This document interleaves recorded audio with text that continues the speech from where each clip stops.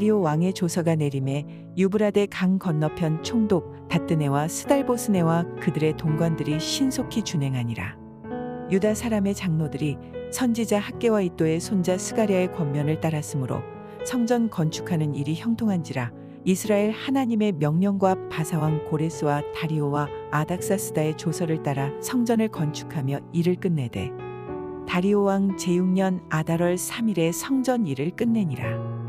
이스라엘 자손과 제사장들과 레위 사람들과 기타 사로잡혔던 자의 자손이 즐거이 하나님의 성전 봉헌식을 행하니 하나님의 성전 봉헌식을 행할 때에 수소 100마리와 수샹 200마리와 어린 양 400마리를 드리고 또 이스라엘 지파의 수를 따라 수염소 12마리로 이스라엘 전체를 위하여 속죄제를 드리고 제사장을 그 분반대로 레위 사람을 그 순차대로 세워 예루살렘에서 하나님을 섬기게 하되 모세의 책에 기록된 대로 하게 하니라.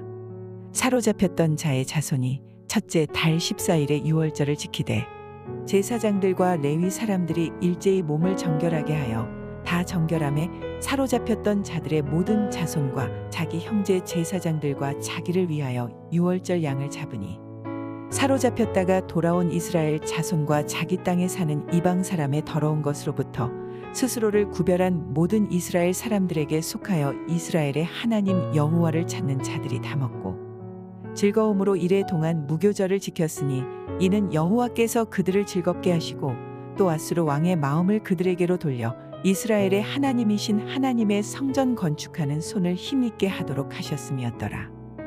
4월 8일 금요 새벽 큐티입니다.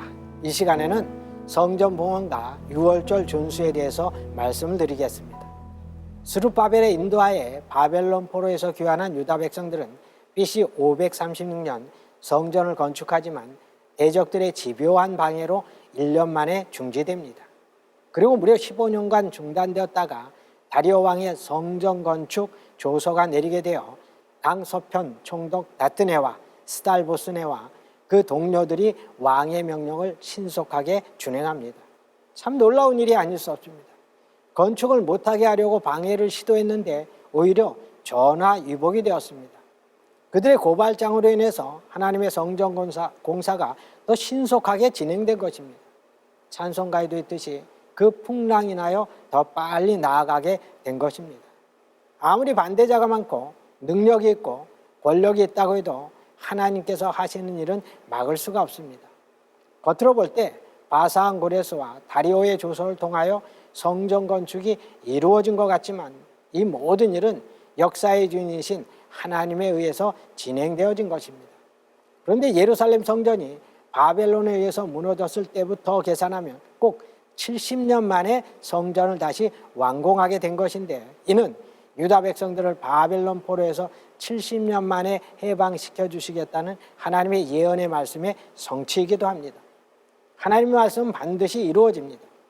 하나님의 말씀이 당장 이루어지지 않더라도 우리가 하나님 말씀을 읽고 나아갈 때 하나님의 때에 반드시 이루어지는 것입니다. 그런데 성전이 완공된 것도 중요하지만 이제부터는 성전을 중심으로 하나님을 온전히 섬기는 삶이 중요합니다. 유다 백성들이 사로잡혀 가게 된 이유가 무엇입니까? 그들에게 성전은 있었지만 하나님 중심의 삶을 살지 못했기 때문입니다. 하나님의 통치를 받는 삶을 살 것이냐 아니면 자기 소견에 옳은 대로 살 것이냐 이것이 중요한 것입니다. 이제 예루살렘으로 귀환해 성전을 건축한 백성들은 다시 성전 중심의 삶을 시작합니다. 16절에 보면 이스라엘 백성들과 제사장 레위 사람들이 즐거이 성전 봉헌식을 행한 것을 볼 수 있습니다. 무슨 일을 하든지 즐거이 기쁨으로 행하는 것이 중요한데 특히 하나님의 일은 더더욱 그러합니다. 비록 그들이 드린 제물의 규모를 보면 과거 솔로몬 성전을 봉헌할 때의 제물에 비하면 200분의 1도 안 되는 초라한 규모였지만 70년 포로 생활에서 돌아온 그들로서는 최선을 다한 예물이었습니다. 성전 건축과 봉헌을 마친 유다 백성들은 유월절을 지킵니다. 유월절 준수는 포로 생활의 종결과 다시 새롭게 된 공동체의 시작을 알리는 중요한 의미를 갖습니다. 이는 이스라엘이 출애굽한 후 하나님께 구원의 은혜를 감사하며 유월절에 제사를 드린 의미와 같습니다.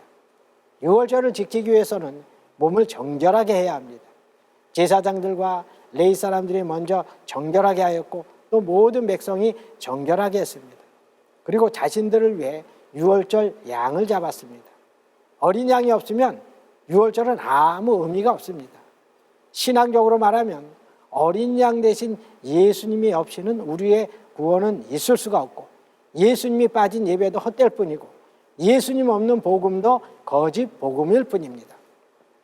십자가에 달려 돌아가신 예수님께서 우리의 유월절 어린 양이 되시고 참된 성전이 되신다는 것을 기억하셔서 다음 주 고난주간을 앞두고 주님의 십자가의 은혜를 깊이 묵상하시는 우리 성도님들이 다 되시기를 바랍니다. 기도하겠습니다.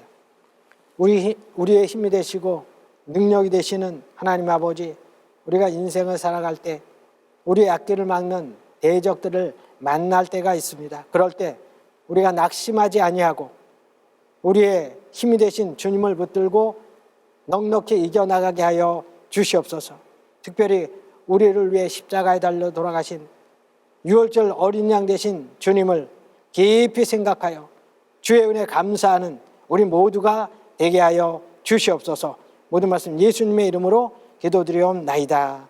아멘.